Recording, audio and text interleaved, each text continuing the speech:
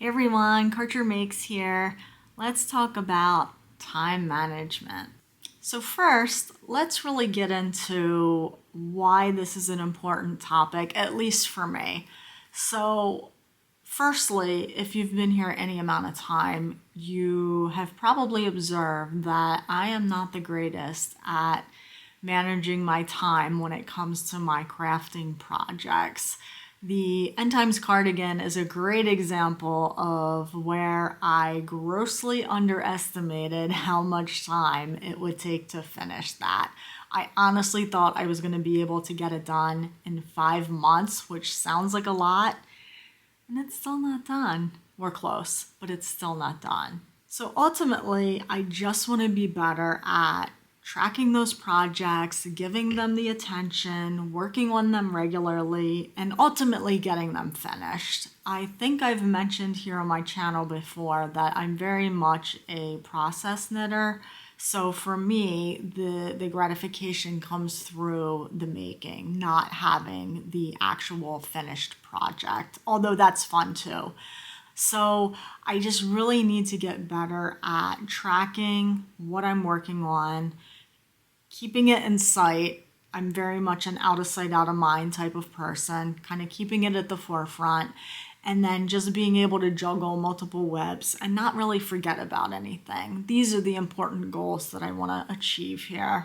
So in order to achieve these goals, there's really a few different ways to kind of think about how we can better manage our time. And the first thing is, for me, just understanding how long is reasonable for a project to take, and then just really understanding when I have the multiple projects, being able to prioritize time working on them.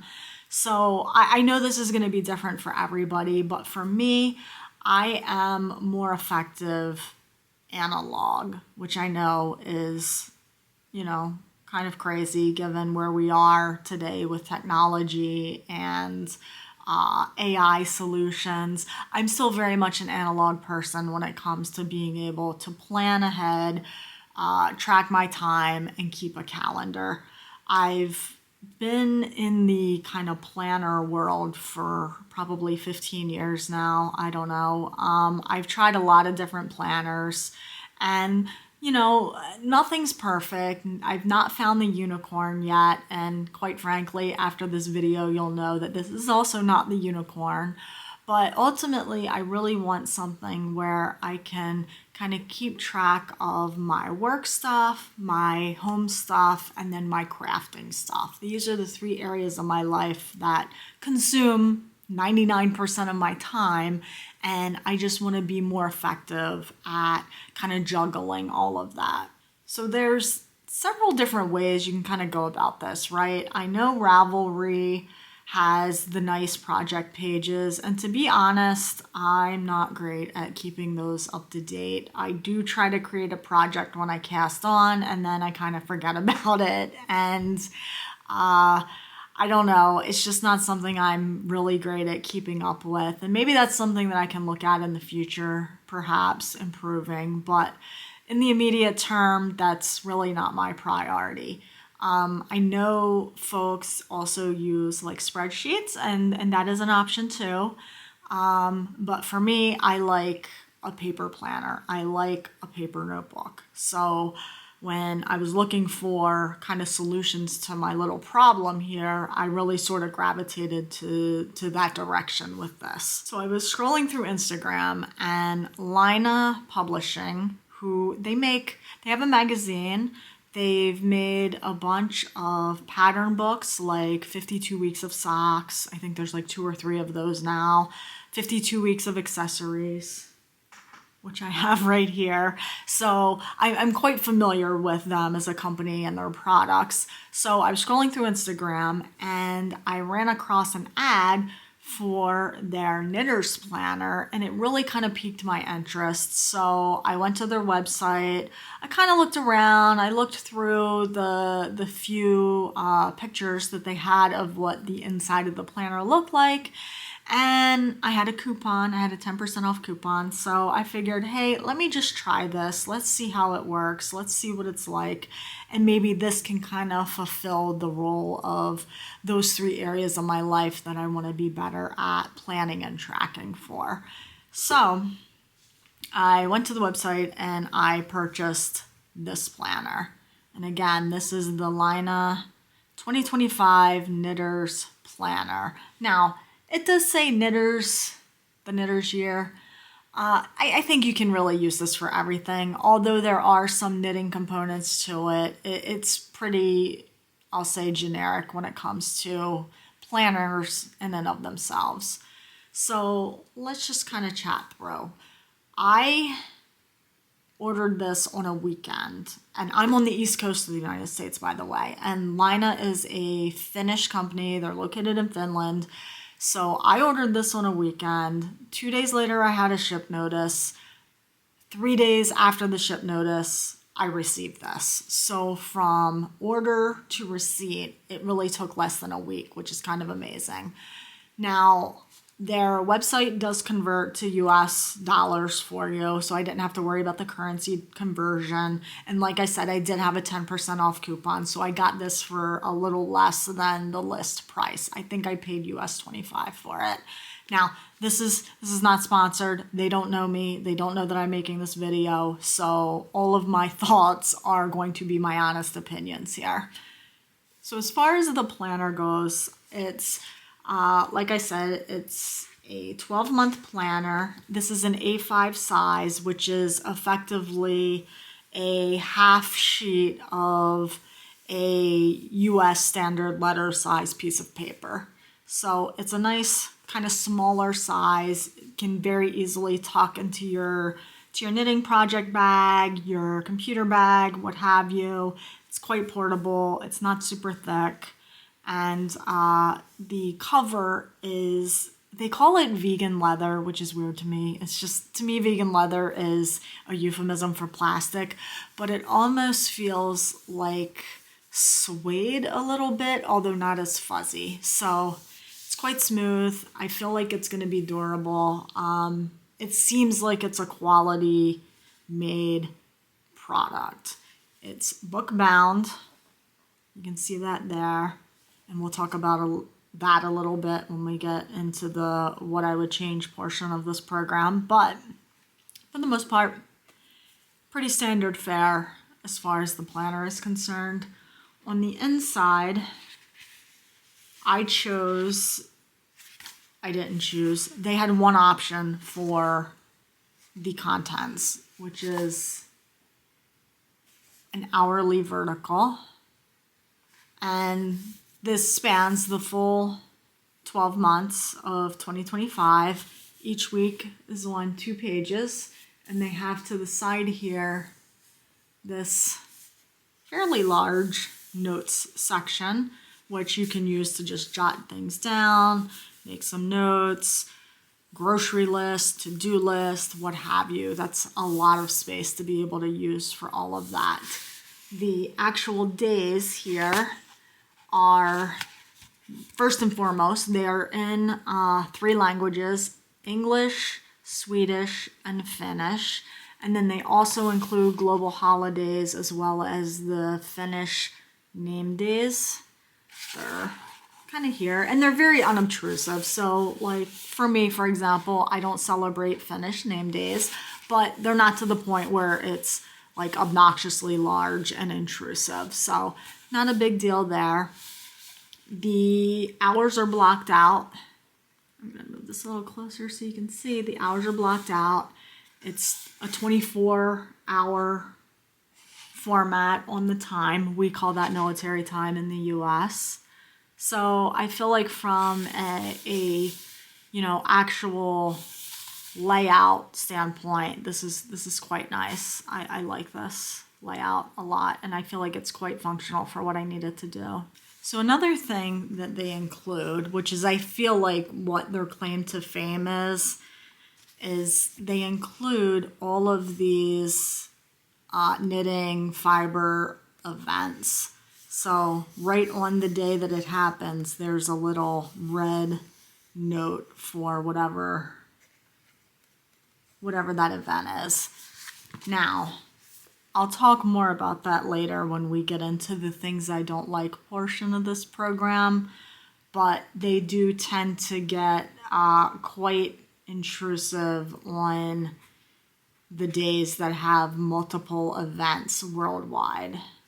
So additionally, in the front, they have this year view, and this is my favorite for any planner. I love planners that have this view because what I use this for is tracking my PTO and travel time for work. It just gives the single kind of glance at the whole year, and it makes it very easy for me to track my PTO and stuff like that. So in the back, they have kind of a similar year-long at a glance view. It's just a lot smaller and it's condensed to one page. So that's showing 2026. And then they go into here, they have all the event info, specifics. There's knitting abbreviations.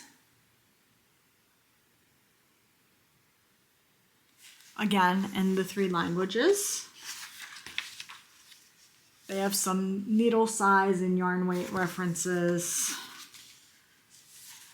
Some basic techniques, including, by the way, including the Kitchener grafting instructions, which is handy because for some reason I've done it probably 100 times and I have to look it up every time. These pages have measurements. I would imagine one is metric and one is imperial, but this one is what I'm assuming is the inches one, and they look kind of big to be inches. I don't know, maybe I'm just visually off, but those should be inches. And then they have a place to track your finished projects as well as things that you would like to cast on in the future. And from there, it's just a bunch of blank pages, blank lined pages, and then just blank pages with no lines, which kind of gives you some flexibility and some options if you want to include anything else in your book that's not already there. In terms of the paper, now I'm not a paper snob. I do know some planner people that are very much paper snobs. I'm not one of them.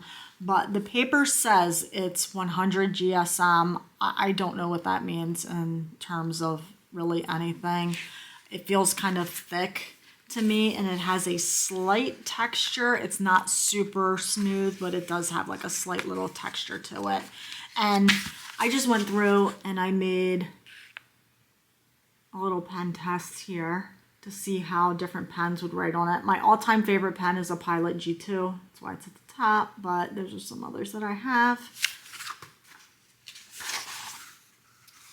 And here it is from the back. Now, it's really not picking up on camera, which is good. But the flare pen, you can see the slightest hint of bleed through, just very slight.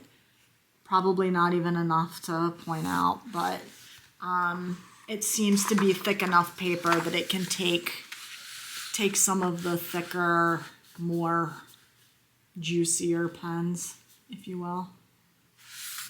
So let's first talk about what I like about this planner. So first and foremost, I like the hourly vertical format. I found that to be very useful in my life in other planners. And I like this notes section. It gives a lot of flexibility. And I also like that the weekends are not taking up 2 full columns so that we can get this full notes section here. If this was a column for Saturday and a column for Sunday, that would eat up a lot of this space. So I would rather have the weekend split in half because, let's be honest, I'm not doing a lot of activities on the weekends anyway, so I really don't need that much space for them. But for people unlike me, I work Monday through Friday, 8 to 5 job, that may not work for you if you work weekends. You may need more room and space there. But for me, it's okay. It works. So I already mentioned that I really like the year at a glance page. I find those to be very functional for me. And then I also mentioned already that I like the paper quality. It's a nice quality, but also paper quality is not a deal breaker for me. So let's talk about what I don't like. And this is kind of a longer list of things. So the first thing is, like, I understand Laine is a publishing company. I understand they're a small company. And I also understand that, you know, as a company who makes magazines, they rely on ad revenue. However, I don't expect to see so many ads in my planner when I open it every day.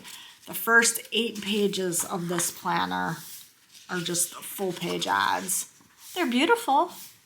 I like some of these companies, but it seems a little excessive to put that much advertisement in the front of the planner. I would have much preferred them to kind of be in the back, if at all. Like, just don't put them in here, or if you feel the need to put them in here, at least put them in the back. So the other thing is that when you have days that have a lot of fiber events, it takes up the entire day. So when is this? April 12th, for example. Like, there's no room to write. I don't know what I'm going to be doing on April 12th, but even if I'm doing something, I can't write it here because all these events are listed here on the day, as well as now we have a full page ad right next to it. So it's not even like I could have used this space instead of, you know, the day. I could have just written here, but they chose to put an ad here.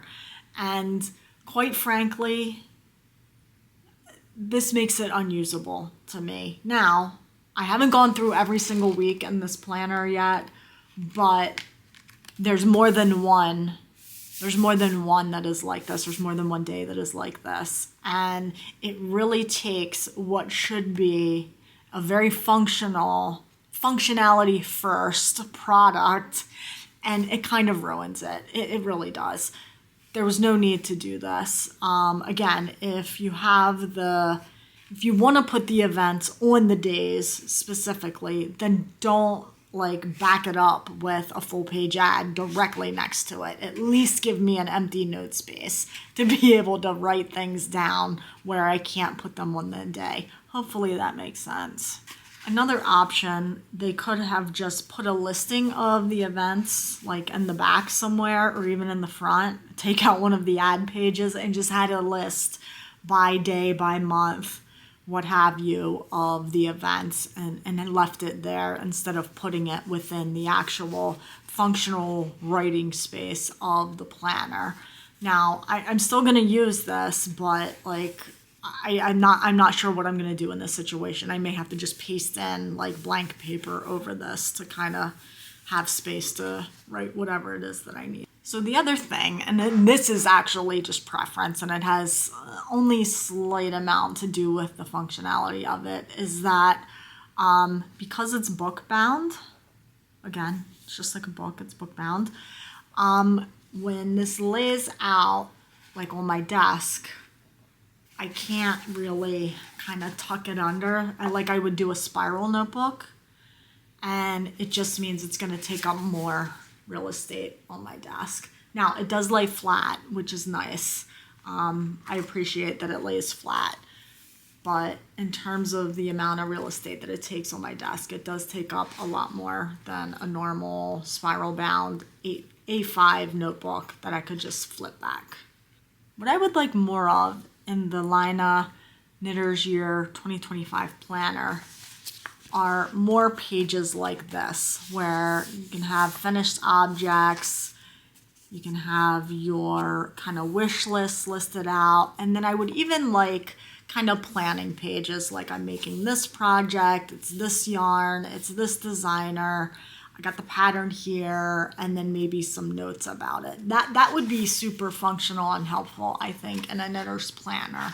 Now, it's not included, but I do have lots of blank pages in the back that I could very easily write that stuff out and track it myself. So to wrap this little review up, if I had to rate this planner from 1 to 10, 10 being best, in terms of quality and aesthetics, I'd give it an 8 out of 10. I like the quality. It seems to be very good quality. It's aesthetically pleasing. It's very nice. It's good to feel. It feels good in the hands. It's very smooth. So in terms of functionality, I would give this, I'm going to be generous and say 5 out of 10. This kind of situation, honestly, functionally speaking, kind of ruins it for me. I'm not sure why this decision was made to do it like this, but I feel like it is detrimental to the functionality of what this is supposed to be, and therefore I would give it a 5 in terms of functionality. Now, would I buy this again? Keeping in mind that it was $25, and that is a lot of money. It's almost the skein of hand-dyed yarn. So would I buy this again?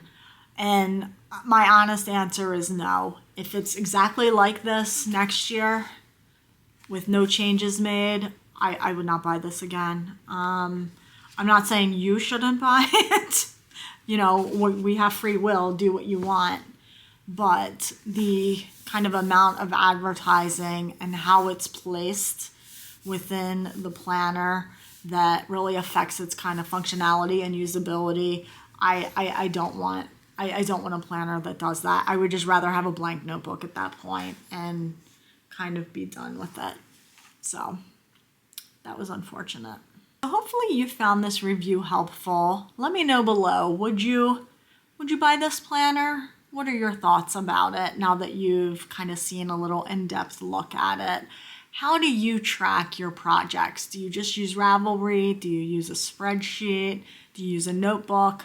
Let's kind of help each other out in the comments section with some tips and tricks on better tracking and time management for our crafts. If you enjoyed this or found it helpful, give this video a thumbs up, subscribe for more, and until next time, happy making.